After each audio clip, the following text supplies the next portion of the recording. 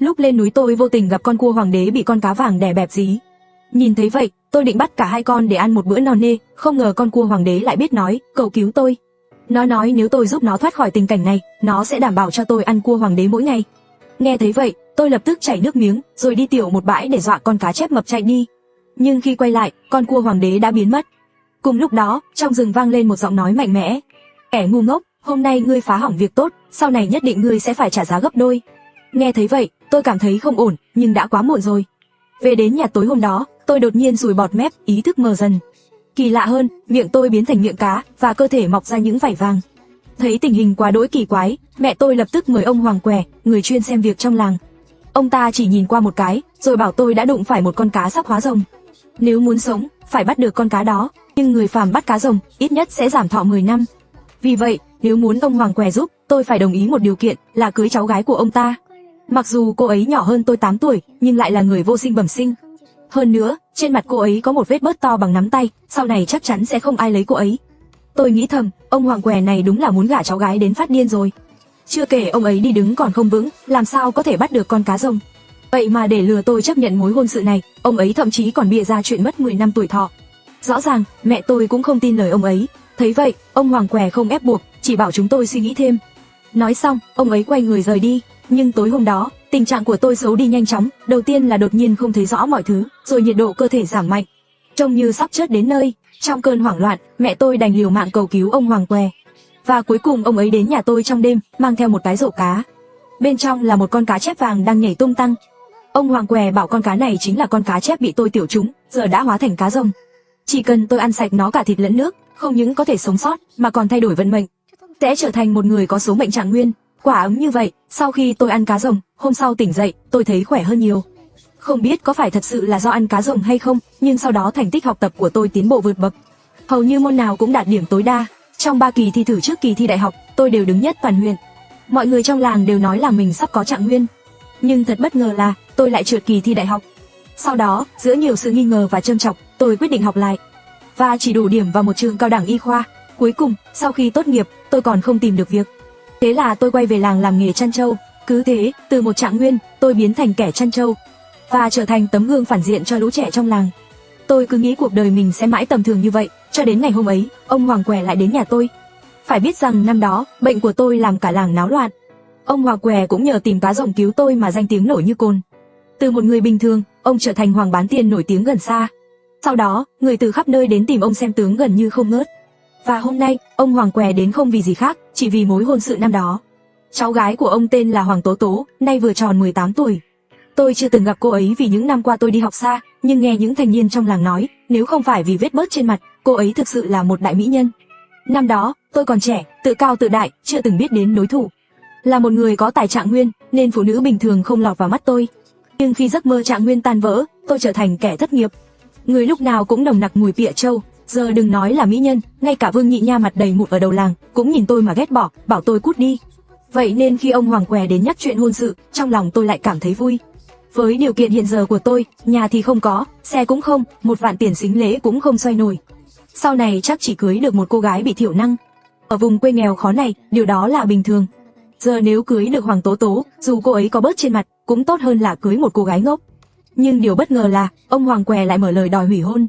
Mẹ tôi nghe vậy thì hoảng lên ngay. Bán tiên, chẳng phải chúng ta đã định hôn sự từ trước rồi sao?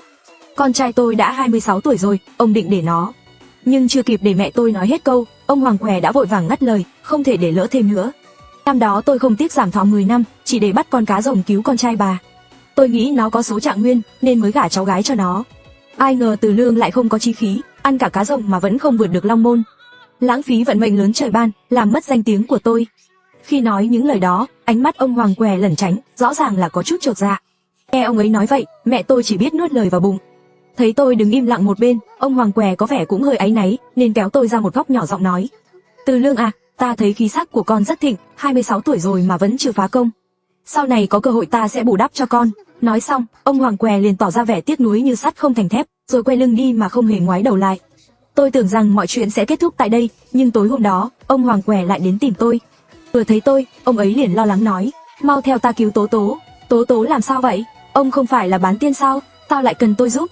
Dù tôi học trường y, nhưng cũng chỉ là dạng tay ngang, còn chưa thi được chứng chỉ hành nghề. Bình thường tôi chỉ khoe khoang với người khác rằng mình là thần y phụ khoa, chỉ là nói khoác cho vui thôi. Nhưng câu tiếp theo của ông Hoàng Què thực sự làm tôi hoảng hồn. Con là thể chất vô trùng, lại còn là đồng tử thân. Tối nay cháu gái ta cần dùng đến con. Vô trùng là gì? Cần dùng thế nào? Nghe vậy, tôi trố mắt nhìn, sợ mình nghe lầm. Chuyện về thể chất vô trùng sau này con sẽ hiểu rõ, ta chỉ hỏi con một câu. Tối nay Hoàng Tố Tố sẽ là người của con có đến hay không? Lúc này tôi vừa bối rối vừa muốn bật cười, nghĩ lại lời ông Hoàng Què nói ban ngày về việc sẽ bù đắp cho tôi, không ngờ lại nhanh chóng thành sự thật. Nhưng theo kinh nghiệm của tôi về những lần tìm việc bị lừa đảo, mọi chuyện bất thường chắc chắn có vấn đề. Nếu đậu tư ít mà lời cao, hoặc là lừa đảo, hoặc là đa cấp. Thế nên tôi vội vàng kìm nén niềm vui trong lòng, giả vờ bình tĩnh nói. Ban ngày ông vừa đòi hủy hôn, giờ lại muốn ép gả cháu gái cho tôi. Nếu ông không nói rõ lý do, tôi không làm đâu. Ông Hoàng Què ngay lập tức tỏ ra bất đắc dĩ. Con cũng biết Tố Tố là một người vô sinh bẩm sinh, thật ra cô ấy bẩm sinh bị tắc nghẽn là có lý do. Năm đó ta gả cô ấy cho con, là vì ta tin vào vận khí của con. Con đã ăn cá rồng và trở thành người có số trạng nguyên. Một khi ký kết hôn ước với con, Tố Tố sẽ trở thành phu nhân trạng nguyên và được mệnh tinh bảo vệ. Cơ thể của Tố Tố rất đặc biệt, nên cô ấy cần kết hôn với một người có số mạnh, và người đó phải có vận khí lớn mới có thể giúp cô ấy kéo dài tuổi thọ. Nếu không, cô ấy không sống quá 20 tuổi. Ta không ngờ rằng, vừa mới hủy hôn với con hôm nay, tối nay cô ấy đã gặp vấn đề. Hiện giờ cơ thể cô ấy lạnh như băng, phải tìm một người đàn ông có dương khí mạnh để điều hòa âm dương với cô ấy. Con có số mạng thuộc hỏa, dương khí thịnh, lại là thân đồng tử. Chỉ cần một đêm là có thể làm giảm triệu chứng của cô ấy. Nghe ông Hoàng Què nói vậy, tôi không thể không cười. Nhưng tôi cũng không thể dễ dàng đồng ý. Vì vậy tôi giả vờ tức giận nói, vậy ông đi tìm người có số mạnh, vận khí lớn mà giúp đi. Tôi vừa bị ông hủy hôn, đâu dám trèo cao nữa. Ông Hoàng Què có vẻ như ngay lập tức nhận ra tôi đang giả bộ, nhưng giờ ông ấy chỉ có thể nén giận. Từ Lương à, người có số mạnh, vận khí lớn không phải không có, nhưng bây giờ thì không tìm ra ngay được. Hôm nay hủy hôn là lỗi của ta, nhưng giờ tính mạng quan trọng. Nếu chậm trễ sẽ không kịp mất. Chủ yếu là tôi đã giữ mình trong sạch suốt 26 năm, giờ nói cho là cho, tôi có chút không kịp chuẩn bị. Thấy tôi vẫn chưa đồng ý, ông Hoàng Què ngay lập tức nghiến răng. Sau vài giây lưỡng lự, ông ấy đột nhiên rút từ trong túi ra một chiếc hộp gỗ. Khi mở ra, bên trong là một viên đá được sâu bằng dây đỏ, có vân đen trắng, tôi không biết đó là bảo vật gì. Viên lục nhãn thiên châu này là món quà mà một thương nhân giàu có tặng ta 2 năm trước, khi ta giúp ông ấy xem tướng tránh họa. Đã được cao nhân khai quang, rất có giá trị, chỉ cần con đồng ý, bảo vật này sẽ là của con. Tất nhiên là đi rồi, sao không nói sớm. Tôi lập tức giật lấy viên thiên châu, đeo lên cổ, rồi theo ông Hoàng Què về nhà. Khi đến nơi, quả nhiên thấy một cô gái đang nằm thẳng trên giường. Tôi nghe nói Hoàng Tố Tố rất xinh, nhưng không ngờ cô ấy lại xinh đến mức này. Đôi mắt tôi nhìn cô ấy mà sáng rực. Ông Hoàng Què thấy vậy, mặt đầy vẻ căm phẫn, nên nhanh chóng rời khỏi phòng. Hoàng Tố Tố trên giường nhìn tôi một cái, ánh mắt thoáng qua chút ghét bỏ. Có lẽ do những năm qua danh tiếng của tôi trong làng không tốt, nên cô ấy quay mặt đi ngay lập tức. Sau đó cô ấy lạnh lùng nói, đừng cởi áo của tôi, làm chuyện cần làm đi. Rõ ràng Hoàng Tố Tố rất không tình nguyện, còn tôi cũng không muốn ép buộc, nên tôi đáp lại. Chúng ta vốn đã có hôn ước, nhưng ban ngày ông nội cô đã hủy hôn rồi, nếu không phải ông ấy cầu xin tôi đến cứu cô, tôi cũng không đến đâu. Còn nữa, tôi chưa bao giờ bắt nạt phụ nữ. Nghe đến đây, cơ thể căng cứng của Hoàng Tố Tố rõ ràng đã thả lỏng hơn. Cô ấy nhắm mắt lại, khẽ nói, ôm chặt tôi đi, tôi lạnh. Vừa dứt lời, một luồng khí lạnh kỳ lạ toát ra từ cơ thể cô ấy. Tôi cũng không chần chừ thêm, liền ôm chặt Hoàng Tố Tố vào lòng. Một cảm giác kỳ lạ lập tức trào dâng trong tôi, như có thứ gì đó trong cơ thể bị đánh thức. Khi tôi tỉnh dậy vào sáng hôm sau, toàn thân tôi run rẩy, cảm thấy người lạnh một cách kỳ lạ. Tuy nhiên, sắc mặt của Hoàng Tố Tố đã trở lại bình thường. Cô ấy dường như đã tỉnh từ lâu, và khi thấy tôi thức dậy, cô ấy nói: ban đầu khi ông nội nói anh có thể chất vô trùng, tôi còn không tin. Bây giờ thì thấy đúng thật. Thể chất vô trùng là gì? Tôi run rẩy hỏi. Tối qua ông Hoàng Què cũng nói tôi có thể chất vô trùng, nhưng tôi không hiểu lúc đó. Giờ Hoàng Tố Tố cũng nhắc lại điều này, khiến tôi càng thêm tò mò. Hoàng Tố Tố khẽ nhíu mày, sau một lúc do dự, cô ấy tiếp tục giải thích. Thể chất vô trùng là một loại thể chất đặc biệt, giống như cửu âm tuyệt mạch của tôi, nó có cả ưu điểm lẫn nhược điểm. Cơ thể của anh rất phù hợp để nuôi trùng độc, và bên trong anh có một con vua. Chính nó đã hút hết khí lạnh trong tôi. Anh không biết mình đang nuôi trùng độc sao? Tôi lắc đầu, thật sự không biết gì cả. Tôi chỉ biết từ nhỏ đến lớn, tôi chưa bao giờ bị muỗi hay côn trùng đốt. Mẹ tôi từng nói, khi tôi còn nhỏ, bà dẫn tôi từ nơi khác đến đây tìm bố tôi. Nhưng tiếc thay bố tôi là kẻ đoản mệnh, đã sớm qua đời. Khi tôi 8 tuổi, tôi bị ngã chấn thương đầu khi chơi đùa bên sông, nên không còn nhớ gì trước đó. Nhưng tôi chưa kịp hỏi tiếp, thì tiếng ho của ông Hoàng Què vang lên ngoài cửa. Có vẻ như tôi nên rời đi rồi, nếu đợi đến sáng mới đi, sợ rằng Hoàng Tố Tố sẽ bị dân làng dị nghị. Thế nên tôi nhanh chóng mặc lại quần áo, vừa định đứng dậy, chợt nhớ về những cảm xúc đêm qua, liền hôn nhẹ lên má của Hoàng Tố Tố. Ánh mắt cô ấy thoáng vẻ xúc động, và bất ngờ nhắc nhở tôi: anh phải cẩn thận với ông nội tôi. Nghe vậy, tôi giật mình, có vẻ như ông Hoàng không đơn giản như tôi nghĩ. Sau khi trở về nhà, tôi hỏi mẹ về chuyện trùng độc. Bà chỉ nói rằng năm tôi 6 tuổi, bà dẫn tôi từ Miêu trại đến đây, mà người Miêu rất giỏi nuôi trùng độc. Ông ngoại tôi từng là thầy mo của Miêu trại, và sau khi tôi sinh ra, ông từng chăm sóc tôi một thời gian. Những điều khác, mẹ không biết thêm gì. Thấy mẹ không muốn nói thêm, tôi cũng không hỏi gì nữa. Nhưng nói ra thì kỳ lạ, từ ngày hôm đó, tôi bắt đầu thấy có chút không ổn. Ban đêm, tôi thường vô cớ bị lạnh đến tỉnh giấc, rồi lại thường xuyên gặp ác mộng. Có những lúc vì mệt mà tôi ngủ thiếp đi trên đồi sau khi thả gia súc, tôi cảm giác như có thứ gì đó đang theo dõi mình từ phía sau. Những hiện tượng này chỉ kéo dài vài ngày. Trong làng xuất hiện một đạo sĩ phong thái tiên phong đạo cốt. Vừa đến, ta đã được sắp xếp ở nhà của Trương Bảo, người giàu nhất làng. Dân làng khi nhìn thấy vị đạo sĩ này đều trở nên vô cùng phấn khích. Mọi người đều gọi ông ta là Trương Tiên Sinh. Một số người còn dắt con cái của mình đến trước cửa nhà Trương Bảo quỳ lạy, chỉ mong được ông đạo sĩ chỉ điểm đôi điều. Mẹ tôi thấy vậy cũng kéo tôi đến xem bói, nhưng với tư cách là một sinh viên đại học hiện đại, tôi luôn coi việc xem bói đoán số là những trò lừa gạt của giang hồ. Nhưng mẹ tôi lại nói Trương Tiên Sinh này khác, nhà họ Trương ba anh em có thể phất lên được cũng nhờ có mối quan hệ lớn với Trương Tiên Sinh. Năm đó từng xảy ra một chuyện kỳ lạ, nghe nói nhà họ Trương phát tài nhờ tìm được mỏ quặng, nhưng khi họ khai mở lối vào mỏ, một bóng đen bất ngờ phóng ra từ trong hang. Cả ba anh em chưa kịp nhìn rõ, thì bóng đen đó đã chui vào bụi cỏ và biến mất. Ba anh em nhà họ Trương tưởng rằng họ đã phá hỏng tổ của lửng, nên họ định đào sâu hơn để bắt vài con nhỏ về làm mồi. Không ngờ càng đào, hang càng lớn, cho đến khi họ phát hiện ra đó là một mỏ quặng. Lúc đó ba anh em nhà họ Trương không dám nói gì, nhưng khi về nhà, cả ba người đều mơ cùng một giấc mơ. Họ mơ thấy một bà lão mặc áo xám đến nhà họ xin nước uống. Khi đó, nhà họ Trương đã nghèo đến mức không còn gì để ăn, nhưng thấy bà lão đáng thương, họ vẫn múc cho bà một gáo nước. Sau khi uống nước xong, bà lão nói vì thấy họ có lòng tốt, nên tha cho họ một lần, và bảo cả ba người đưa tay phải ra. Mỗi người được bà lão cho một hạt đậu vàng, và cảnh báo họ không được trở lại mỏ quặng nữa, nếu không sẽ mất mạng. Khi tỉnh dậy, cả ba đều vô thức nhìn tay phải của mình, nhưng chẳng có hạt đậu vàng nào cả. Hóa ra chỉ là một con chuột chớt. Ba anh em nhà họ Trương sợ hãi đến mức không chịu nổi. Ngay trong ngày hôm đó, cả ba đều ngã bệnh, sốt cao không dứt.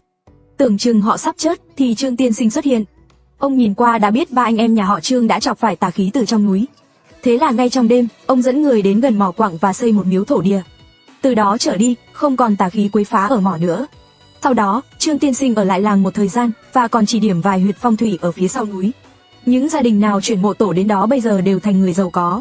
Vì vậy, khi Trương Tiên Sinh trở lại lần này, cả làng đều muốn ông chỉ điểm thêm. Nghe mẹ tôi kể chuyện ly kỳ như thế, tôi bán tín bán nghi cùng mẹ đến nhà họ Trương. Mặc dù trời đã tối, nhưng vẫn có rất nhiều người vây quanh cửa. Mẹ tôi vừa định kéo tôi chen vào bên trong, thì thấy một ông già dắt theo một con lừa vui vẻ chạy đến. Tìm thấy rồi, Trương Tiên Sinh, con lừa của tôi tìm thấy rồi. Ông lão này họ Lưu, là một ông già độc thân nổi tiếng trong làng. Hóa ra nửa ngày trước, ông Lưu phát hiện con lừa buộc trong chuồng biến mất. Tìm khắp nơi nhưng không thấy tung tích. Con lừa là sinh kế của ông ta, quá hoảng sợ, ông Lưu chỉ còn cách gào thét và chen vào nhà họ Trương cầu xin Trương Tiên Sinh đoán xem con lừa ở đâu. Trương Tiên Sinh không từ chối, hỏi vài câu, rồi lấy ra 3 đồng tiền và tung xuống đất. Sau một lúc trầm ngâm, ông nói, đây là quẻ càn tượng trưng cho hướng Tây Bắc. Con lừa mất vào giờ mùi, nơi có nước quý ở vùng khuất bóng. Con lừa của ông có thể đã rơi vào khe núi phía Tây Bắc hoặc trong đám lau sậy. Hãy nhanh chóng tìm xem. Thế là ông Lưu lập tức làm theo, quả nhiên không lâu sau đã tìm được con lừa. Mọi người đều gọi Trương Tiên Sinh là thần sống. Điều này càng khiến mẹ tôi tin vào khả năng của ông. Đúng lúc đó, Trương Bảo thông báo với mọi người rằng hôm nay hỏi quẻ đến đây thôi. Trương Tiên Sinh đã lớn tuổi, lại vất vả đường xa, cả ngày chưa được nghỉ ngơi, không thể làm phiền ông thêm nữa. Ai có việc cần thì ngày mai hãy đến. Nghe vậy, mọi người đành tản ra trong tiếc nuối, nhưng mẹ tôi không thể chờ được nữa. Vì tôi mỗi ngày đều đi thả lưới đến khuya mới về, nên chẳng bao giờ kịp. Thế là bà đành phải liều mình nói với Trương Bảo, Trương đại thiện nhân, con tôi vừa mới về sau khi thả lưới. Ông cho Trương Tiên Sinh xem qua cho nó được không? Không ngờ lời này vừa thốt ra, mấy người phụ nữ làng lập tức đảo mắt, rồi thì thầm bàn tán. Đổi mệnh trạng nguyên mà chẳng nên thân, lẽ nào còn muốn đổi thành mệnh hoàng đế? Nghe vậy, mẹ tôi lộ rõ vẻ khó chịu, nhưng vẫn nhìn Trương Bảo với ánh mắt cầu khẩn. Trương Bảo thở dài, rồi vào nhà nói chuyện nhỏ với Trương Tiên Sinh. Không ngờ chỉ một lát sau, Trương Bảo lại ra hiệu cho tôi vào trong. Khi Trương Tiên Sinh nhìn thấy tôi, đôi mắt ông lóe lên một tia sáng. Cậu tên là Từ Lương, là con trai của Từ Chính Đạo phải không? Năm xưa ta thấy cha cậu chính trực, không phải người phàm thường. Cậu là con trai ông ấy, lại có khí chất nho sĩ cao vời. Chắc đã làm quan rồi chứ? Nghe vậy tôi cảm thấy rất ngượng ngùng. Tiên sinh quá lời rồi, cha con mất sớm, con giờ chỉ là kẻ chăn bò, đã nghỉ làm vài năm nay rồi. Nghe vậy, Trương Tiên Sinh liền tỏ vẻ khó hiểu, như không thể tin nổi. Ông liền bảo tôi đưa tay ra cho xem. Chỉ vừa nhìn một cái, sắc mặt ông liền biến đổi, như thể nhìn thấy điều gì đó kỳ lạ. Mệnh trạng nguyên, dù có kém đến đâu cũng không đến mức phải đi chăn bò ở vùng quê nghèo khó này.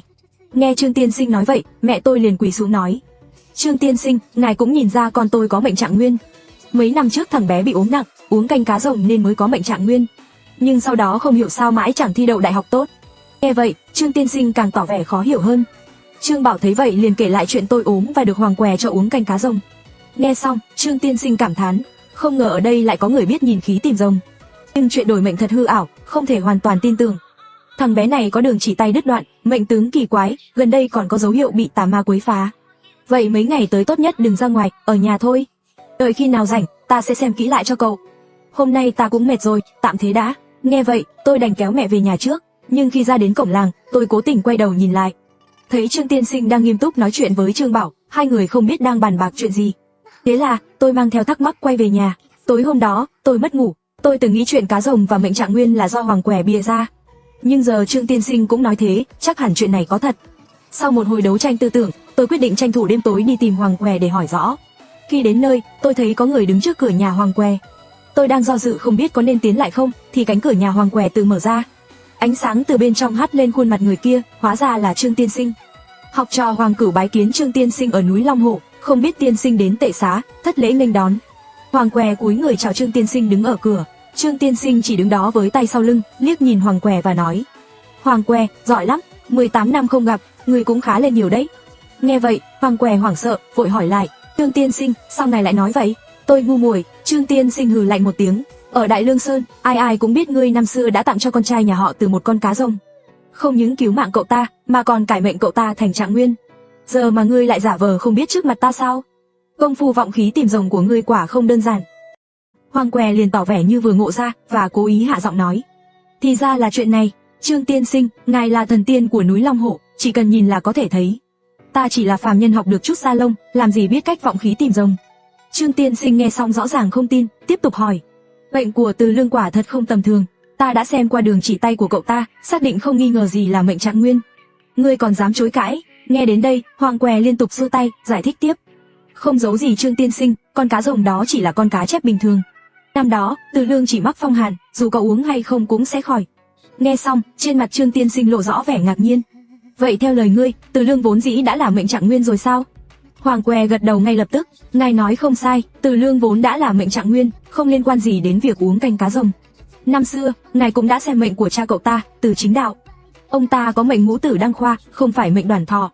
Nhưng người không đáng chớt lại chớt, mệnh trạng nguyên của con trai ông ta, Từ Lương, cũng rớt đài. Giờ đây, đường chỉ tay của Từ Lương đứt gãy, mệnh lý đầy ngũ tệ tam khuyết, cha chớt, mẹ bệnh và còn có họa lao ngục. Chắc chắn sẽ không có kết cục tốt. Trương tiên sinh nghe xong lập tức cau mày hỏi: Từ mệnh trạng nguyên thành ngũ tệ tam khuyết, chắc chắn có người cố ý sửa đổi số mệnh của cậu ta. Ai đã nhằm vào cậu ta như vậy? Hoàng Què cũng cau mày đáp lại: Chuyện này thì ta không rõ. Ở Đại Lương Sơn, 10 dặm 8 làng, người biết xem phong thủy không chỉ có mình ta. Ta chỉ giúp dân làng xem việc ma chay, còn lại ta không biết gì. Nhưng nhà giàu nhất làng ta, Trương Bảo, lại là một người tài. Nếu ngài muốn biết gì, có thể đến hỏi ông ta. Hoàng Què nói xong đứng ngay ngắn tôn kính. Trương tiên sinh thì liếc nhìn Hoàng Què một cách lạnh lùng, rồi phất tay áo bỏ đi. Hoàng Què, người tốt nhất nên nói thật với ta. Trương tiên sinh để lại lời cảnh cáo, rồi biến mất trong ánh trăng. Thấy vậy, ta mới bước ra khỏi chỗ trốn. Hoàng Què thấy là ta, dường như không hề ngạc nhiên. Chưa kịp để ta nói gì, ông ta đã hỏi ngay xem ta có nghe hết không. Ta nén sự nghi ngờ và tức giận, khẽ gật đầu, rồi hỏi một câu tương tự: Rốt cuộc ai đã sửa đổi số mệnh của ta? Không ngờ Hoàng Què vẫn trả lời là không biết. Nhưng nếu ta muốn biết sự thật, ông ta có thể chỉ cho ta một lối đi. Đó là đêm nay vào lúc 12 giờ, chỉ cần ta lên ngọn núi phía sau mỏ của nhà họ Trương, ở đó ta sẽ có câu trả lời. Vậy là vài tiếng sau, ta lén lút đến ngọn núi như Hoàng Què đã nói.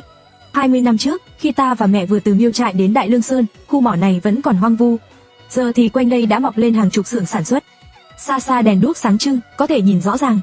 Mấy chữ lớn dát vàng của tập đoàn khoáng sản Trương Thị rực rỡ ngay trước cổng mỏ. Khi nửa đêm dần tới, quả thật có một nhóm người đang đi tới từ đằng xa. Đi đầu là ba anh em nhà họ Trương cùng với Trương tiên sinh.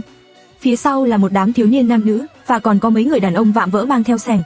Chẳng mấy chốc, họ đã đến một bụi cây sau mỏ. Trương Bảo đứng đầu liền ra lệnh dọn dẹp bụi cây. Bên trong lộ ra một cái hang động tối tăm. Nhìn thấy cả đám người bước vào hang, tôi cũng không nhịn được mà theo sau.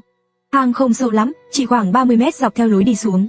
Và ở cuối hang có một vũng nước đen ngòm. Trên mặt nước có vài thứ trông như xác chết. Xung quanh hồ được thắp đầy nến, trông cực kỳ rùng rợn.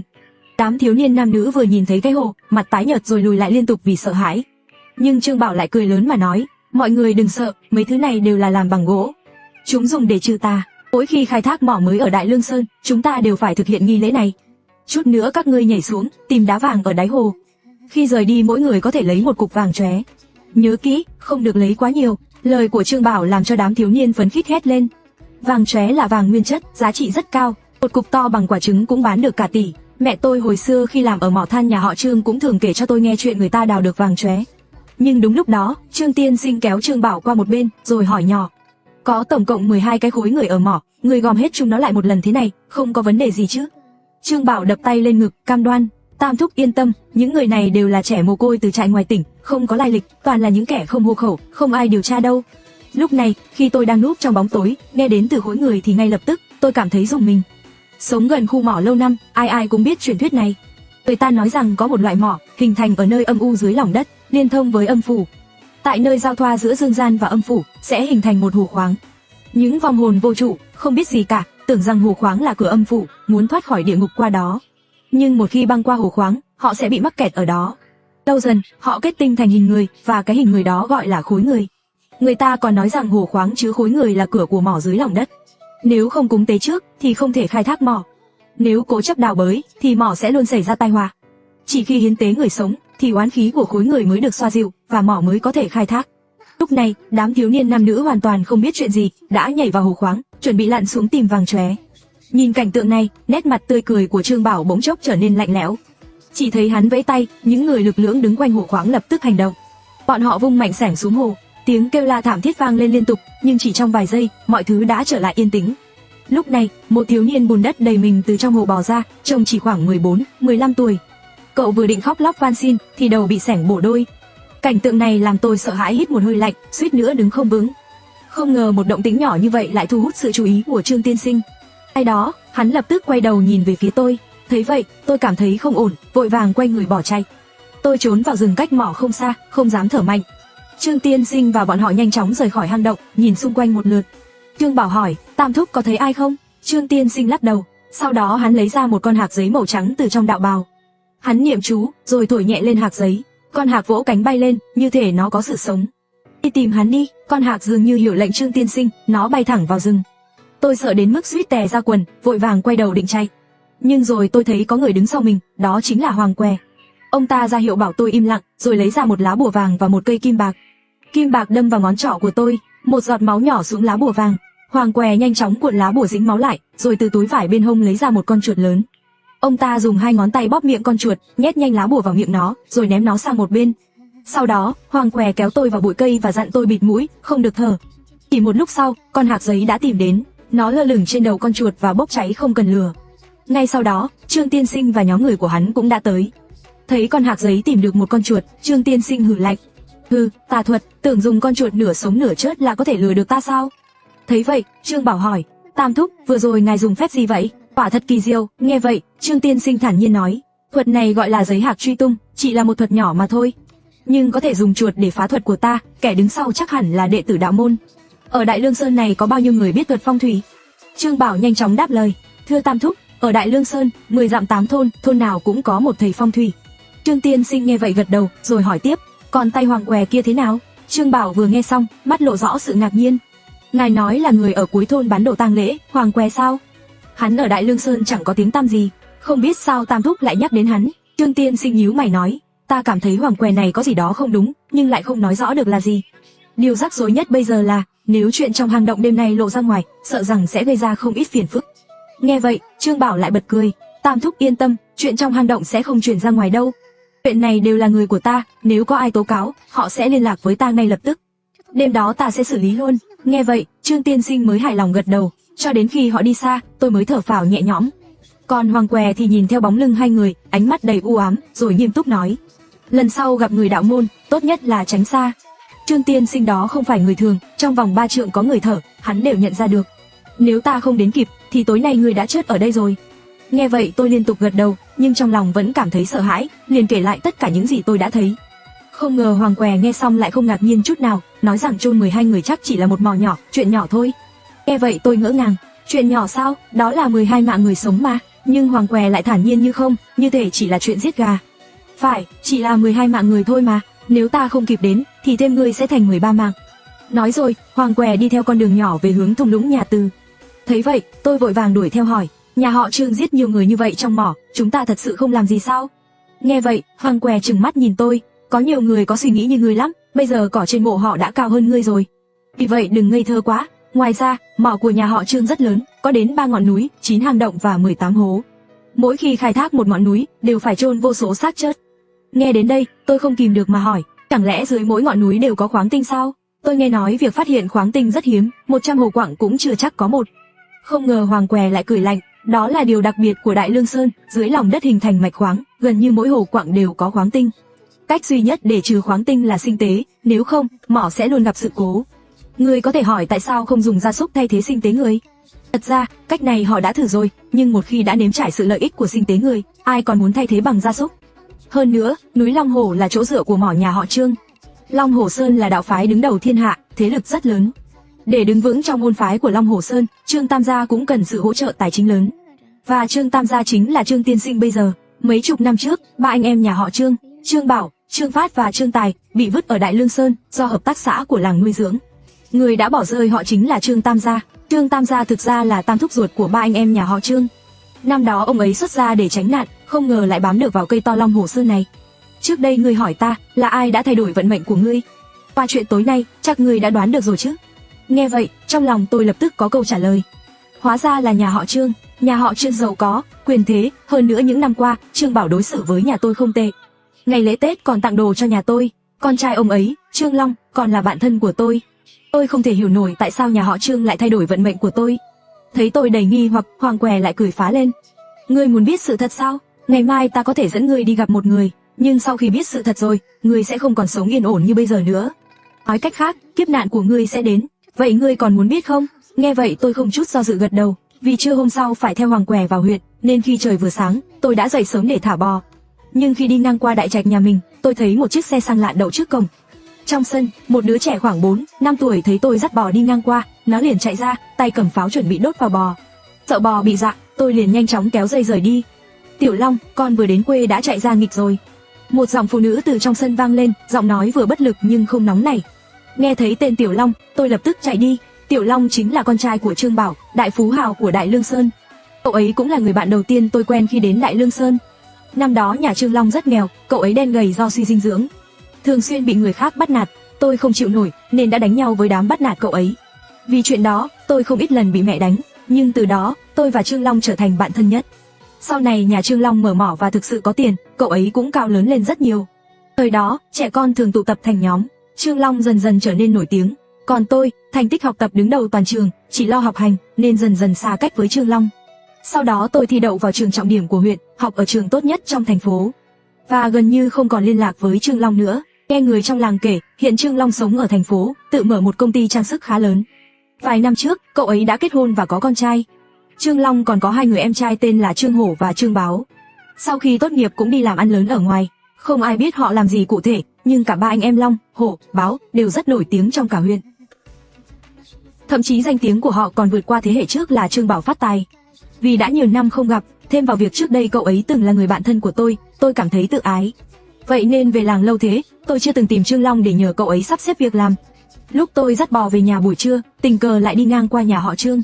Đúng lúc đó, đứa trẻ nghịch ngợm lại nhìn thấy tôi, liền gọi người trong sân giữ tôi lại, và dọa sẽ nhét pháo vào đít con bò để nổ thử. Người trong sân nghe thấy động tĩnh liền lũ lượt bước ra từ đại trạch. Một thanh niên mặc vest ngay lập tức nhận ra tôi, cậu ấy kéo tôi và nói, anh Lương, em là Tiểu Long đây, mau vào đi, vào trong ăn cùng bọn em một chút đi. Tôi ngượng ngùng đáp, Tiểu Long, lâu rồi không gặp. Nhưng nhìn anh xem, toàn mùi phân bò. Anh không vào đâu, thế vào trong nói chuyện một lát đã. Hai anh em mình lâu quá rồi không gặp nhau. Trương Long không đợi tôi phản ứng đã kéo tôi vào đại trạch. Nhưng khi nhìn thấy ánh mắt kỳ lạ của những người xung quanh, tôi liền nhanh chóng từ chối và dắt bò về nhà. Tôi tém nhanh dưới làn nước lạnh, rồi vội vàng cùng Hoàng Thọt lên xe buýt đi huyện. Trên đường, ông ấy nói rằng sẽ giúp tôi kiểm tra kết quả thi đại học năm đó. Từ năm đó, tôi đầy tự tin, nghĩ rằng chắc chắn sẽ đỗ vào Đại học Yên Kinh, ngôi trường danh giá nhất. Ai ngờ, trong bài thi 750 điểm, tôi chỉ đạt được 7 điểm, thành trò cười lớn. Lúc đó, tôi chỉ nghĩ rằng vì mình quá lo lắng, nên đã tô nhầm đáp án. Thất vọng, tôi quyết định học lại, nhưng ai ngờ, trong lần thi thứ 2, tổng điểm của tôi cũng không đạt tới 2 con số. Lúc đó, mẹ tôi và tôi đã chạy khắp nơi để tìm cách giải quyết nhưng đều không có kết quả. Cuối cùng chỉ đành tiếp tục học lại. Năm thứ 3, tôi may mắn đủ điểm để vào một trường cao đẳng. Tôi cứ tưởng Hoàng Thọ dẫn tôi đến gặp ai đó có thẩm quyền để làm rõ kết quả thi đại học của tôi năm đó. Nhưng ông ấy lại dẫn tôi tới thư viện của huyện. Người quản lý ở đó là một người đàn ông trung niên khoảng 40 tuổi, tên là Vương Hải. Vài năm trước, gia đình ông ấy gặp chuyện nên đã nhờ Hoàng Thọt giúp đỡ, vì vậy ông ấy rất kính trọng Hoàng Thọt. Sau khi nghe về mục đích của chúng tôi, Vương Hải rót cho chúng tôi 2 tách trà rồi quay người vào phòng lưu trữ. Tôi không thể kìm được mà hỏi nhỏ, lão Hoàng, chúng ta kiểm tra kết quả thi ở thư viện để làm gì? Nhưng Hoàng Thọt lại hỏi ngược, cậu có bao giờ nghĩ đến việc kết quả thi của cậu thực ra rất tốt, chỉ là bị người khác tráo đổi không? Nghe thấy vậy, trong lòng tôi bỗng chợt nghĩ đến điều gì đó. Chẳng mấy chốc, Vương Hải ôm một quyển sử ký của huyện đi ra. Ông ấy lật tới những sự kiện lớn của huyện 8 năm trước. Tìm thấy rồi, vào 8 năm trước, có 2 học sinh của huyện đỗ vào Đại học Yên Kinh. Một trong số đó, thủ khoa, tên là Trương Long. Vương Hải vừa đeo kính, vừa đọc nội dung từ quyển sử ký của huyện. Ông ấy đột nhiên như nhìn thấy điều gì đó bất ngờ, chỉ vào nội dung trong quyển sử ký và nói một cách phấn khích, tên Trương Long này thực sự không thể tin nổi. Cậu ta là thí sinh duy nhất đạt điểm tuyệt đối kể từ khi kỳ thi đại học được khôi phục. Hơn nữa còn là thủ khoa của 7 tỉnh. Nghe những lời này, tôi như bị sét đánh ngang tai, đứng bất động tại chỗ. 8 năm trước, khi kết quả thi đại học được công bố, tôi nhớ rất rõ, cả huyện chỉ có bạn cùng lớp của tôi, một người tên là Lý Vĩ, đỗ vào Đại học Yên Kinh. Vậy thì Trương Long từ đâu ra? Là một tỉnh mạnh về thành tích thi đại học, các học sinh ở đây học chương trình nâng cao. Có 7 tỉnh trong cả nước sử dụng chương trình này, thủ khoa của 7 tỉnh được sinh ra ở Đại Lương Sơn. Vậy mà không có bất kỳ tin tức nào, điều này thực sự kỳ lạ. Thấy tôi đang bàng hoàng, Hoàng Thọt bảo Vương Hải lật sang năm tiếp theo. Ai ngờ Vương Hải sau khi đọc xong lại một lần nữa vô cùng kinh ngạc, người đứng đầu kỳ thi đại học 6 năm trước tên là Trương Báo. Đây chính là con trai của Trương Bảo, chủ tập đoàn Trương Thị khoáng sản. 3 anh em Long, Hổ, Báo của nhà họ Trương đều đã đỗ thủ khoa. Chuyện lớn như vậy mà tôi lại không hề hay biết. Tôi đã nói rồi mà, người nhà giàu thì việc giáo dục cũng không kém. Chả trách mà họ vừa có tiền lại vừa có quyền. Đó là thành quả của 3 đời người. Tại sao lại thua kẻ chỉ học vất vả 10 năm như chúng ta? Lúc này Vương Hải càng nói càng phấn khích, hoàn toàn không để ý tới sắc mặt của tôi và Hoàng Thọt. Đi thôi, Hoàng Thọt nói, rồi kéo tay tôi ra khỏi đó. Trên đường về, tôi ngồi trên chiếc xe buýt trao đảo, nhìn ra ngoài cửa sổ mà không nói một lời nào. Khi trở về thôn Từ Gia Câu, trước khi chia tay, Hoàng Thọt nói, vì chuyện đã qua nhiều năm rồi, hãy cứ thoải mái đi. Về nhà ngủ một giấc cho khỏe. Làm sao tôi có thể thoải mái được? Tôi chỉ có thể trả lời một cách lộn xộn. Tôi không sao đâu, tôi đến làm việc tại Đại học Yên Kinh.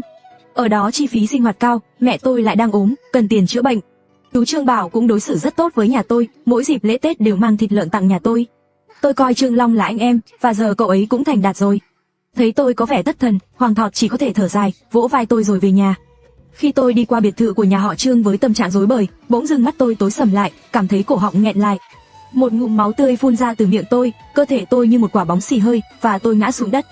Khi tỉnh dậy, tôi thấy mình đang nằm trên giường ở nhà, mẹ tôi lo lắng ngồi bên cạnh giường, còn Hoàng Tố Tố thì đứng bên cạnh. Con làm sao vậy? Tố Tố tìm thấy con ngất xỉu trước cổng nhà họ Trương. Rất vất vả mới cõng được con về đây, mẹ lo lắng nói. Hoàng Tố Tố thì đỏ mặt, ác ạ, về anh Hàn đã tỉnh lại rồi, nên cháu về đây.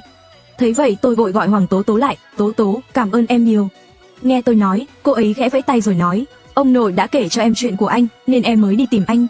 Chuyện đã rồi, anh đừng suy nghĩ nhiều nữa. Nghe Hoàng Tố Tố nói vậy, mắt tôi bỗng đỏ hoe, nghẹn ngào nói. Tố Tố, thật xin lỗi, chỉ một chút nữa thôi, em đã có thể trở thành phu nhân của Trạng Nguyên rồi.